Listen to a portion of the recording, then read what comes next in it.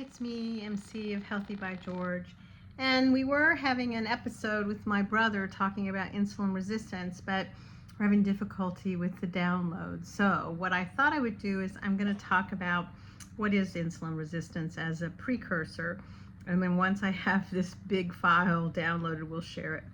So I guess insulin resistance is this issue about blood sugar levels, and that when we consume a lot of highly refined carbs or sugar, it increases the amount of sugar in our blood, and our pancreas makes insulin. It's a hormone, and this is the hormone that allows the glucose to be absorbed by our cells so that we can use it as energy.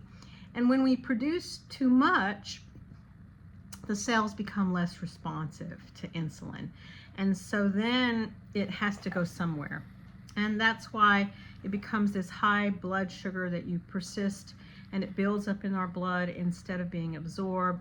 The pancreas tries to compensate. It becomes a big mess. It makes more insulin, and so over time, this can lead to what's called high insulin levels or hyperinsulinemia, and eventually you develop type 2 diabetes.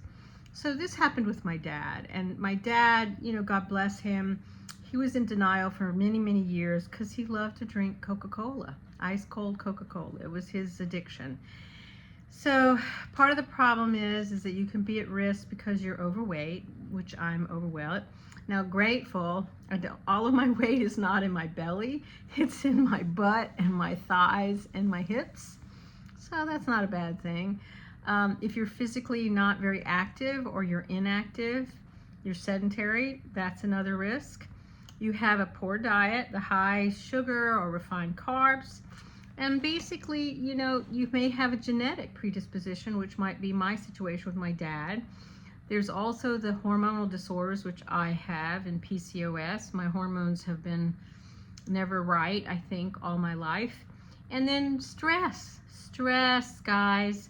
I have to tell you right now, I feel like the stress is so high for everyone in our country because of the lack of I think, consistency. There seems to be this chaotic kind of political dynamic that's happening, and we're all being impacted by it. And so stress is a big one, and it causes inflammation, and it ultimately, it's physically damaging. So we have to do something. So what are the signs? Well, if you're fatigued after you eat, you crave sugar, you have difficulty losing weight, you have skin tags or dark patches, especially around the neck or armpits, and you have elevated blood sugars when you take a lab test, or insulin levels when you take a lab test. So these are the things where you need to really be mindful when you're doing your yearly wellness checkup. But how can you improve your insulin sensitivity? Well, the big one is regular exercise. And this can be simple. Taking walks more often, doing some strength training, lifting those weights, eating a lower carb diet, avoiding those sugars, although Easter's coming and we're all craving those damn little malted eggs. I have to tell you, I love those things. I'm going to avoid them though, because it's better for my health, right? Manage our stress. I'm working to manage my stress with more sleep and more meditation and downtime, or taking breaks. These are all things that can help us reverse insulin. So, we have to improve our diets, and that's what I work on. Eating whole foods is never going to be a bad thing. Lean proteins, healthy fats, whole grains, something that you came from the plant and you're now eating it. Those are the key things, right? Also, too, if you do some intermittent fasting, which I have done, because they've shown this can help reduce insulin levels. So I do something that's called a 16-8. I stop eating at like 8 or 9 o'clock, and then I don't have another meal until 1 in the afternoon tomorrow.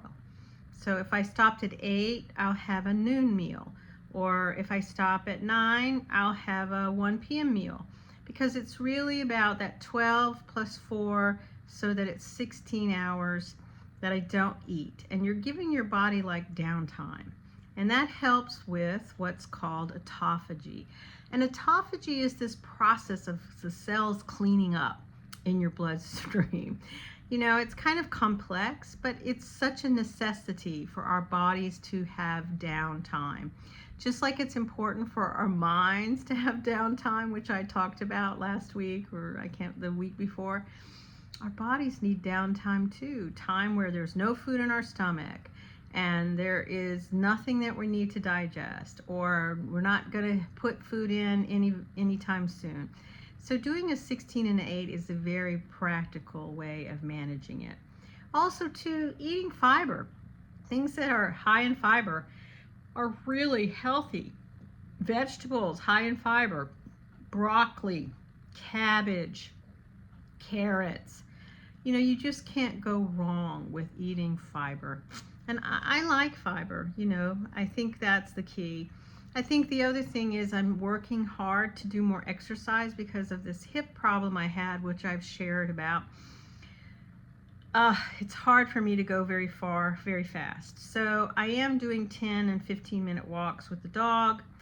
I am working with some seated yoga plans that I'm doing, and also lifting weights. You know, you can always do all kinds of lifting weights with your arms, so that's what I'm doing. And I'm making myself go to bed early, which to me is the most difficult thing. So I'm making myself go to bed so I can get that 7 to 9 hours of sleep, which is difficult, I think, as you get older, especially if you're someone like me going through menopause. Our sleep is just so challenged. We can't turn our brain off. So white noise, we've talked about this here, sleep hygiene, make the room cool, get comfy sheets, comfy everything, a weighted blanket if you think that'll help. Anything that's going to be a proactive for you to help with your sleep. Stress, on the other hand, I think we all are working towards managing our stress. And you know something, there's so many ways to help with meditation, walking meditation, journaling, nature, going out and just looking in nature. So there's so many beautiful flowers out now. Watching nature and, you know, doing nature. I still am working on my weight loss. I would love to be down a few more pounds before my hip surgery, so I'm working on that. So it's these things that are going to help us. But ultimately, when you go to the doctor, you need to get a insulin resistance assay. I didn't know about this test. It's called HOMA-IR. And I'm going to talk a little more about that later in the week. I know about the hemoglobin A1C, and this is something that averages your blood sugar over 3 months. You can also do the finger prick, which is a fasting glucose, which you can get. And there's also the lipid panel, which shows other effects, which are high triglycerides or high HDL. These are all things that show that you are definitely at risk of insulin resistance. There are supplements that you can consider to talk to your doctor about, and these are magnesium. I'm taking magnesium at bedtime. I'm also taking a big amount of omega-3 fatty acids. The 3 things I'm not taking are alpha lipoic acid, which I think that might be something I'm going to look into. And also, apparently, berberine is a natural compound that mimics metformin, but I don't know if I don't know. I think I've tried taking berberine, but I don't think I never felt like it did anything. And then there's this other thing that's called inositol, inositol. So I'm going to talk about supplements next weekend, all right? So let's talk about insulin resistance this week, and as soon as the big file with my brother and I talking about it downloads, we'll share that to Val. Be well, my friends. You have this one precious life.